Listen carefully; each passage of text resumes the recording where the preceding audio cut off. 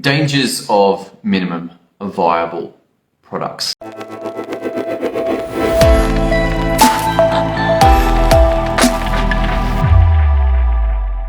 Now, this is an interesting conversation. Let me just adjust the camera a little bit. I've just been on 2 adventures into minimum viable, and one of the big takeaways is really setting at the beginning what the minimum is, because it is incredibly easy to get excited about what's possible and start adding features. This happened to me. This happened to me twice in 2 separate ways. One is that I expanded the product and I was like, oh, I could do this and could do this. Well, this is clearly necessary for the minimum product, was the thought that went through my head. But in actual fact, when I look back, I'm like, that wasn't minimum at all. That was an extra feature. That was an added thing that could have come later, instead of actually saying, no, this is minimum. And remember, at this minimum viable product stage, nothing has been proven. You have no information. I have no information at that point. And so going and expanding this thing because I think it's going to work, I think it's a great idea, I think it's part of minimum, has a couple of consequences. One is that the test becomes diluted. Because it's no longer a minimum, but it's a minimum with some stuff, the actual test that the minimum viable product was meant to do gets congregated, I don't know what that word is, mixed up.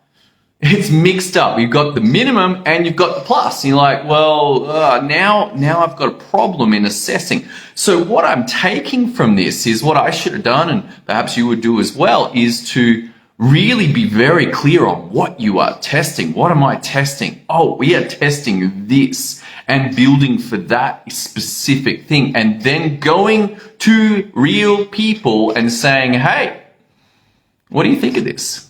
Allowing them to use it, allowing them to give you feedback. Because as soon as it goes beyond that minimum into the minimum plus features, they might give you interesting feedback, but the actual test that you're trying to meet, that I'm trying to do with my minimum, is lost. Also realize that this costs you more money.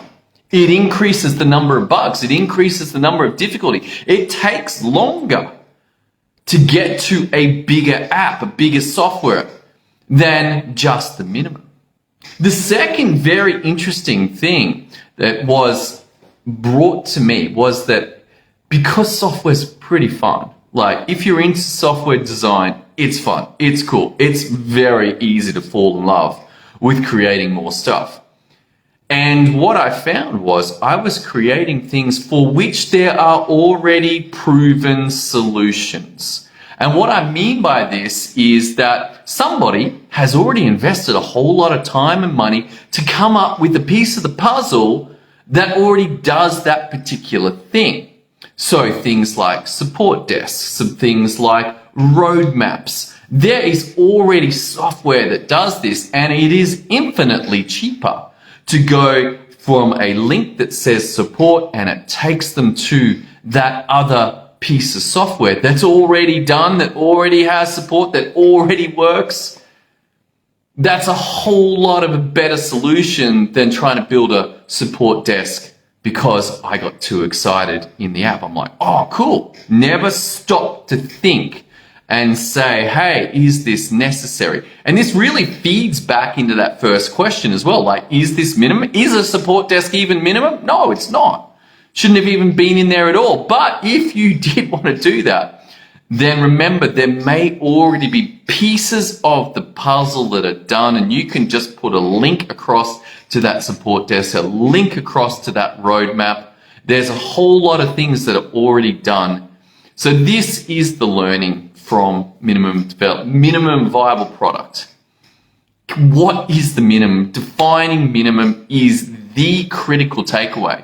Otherwise, you will spend more money, take longer, and mix up your results so you don't even get a pure test. Next up, remember, if there's pieces already done, use them. use them.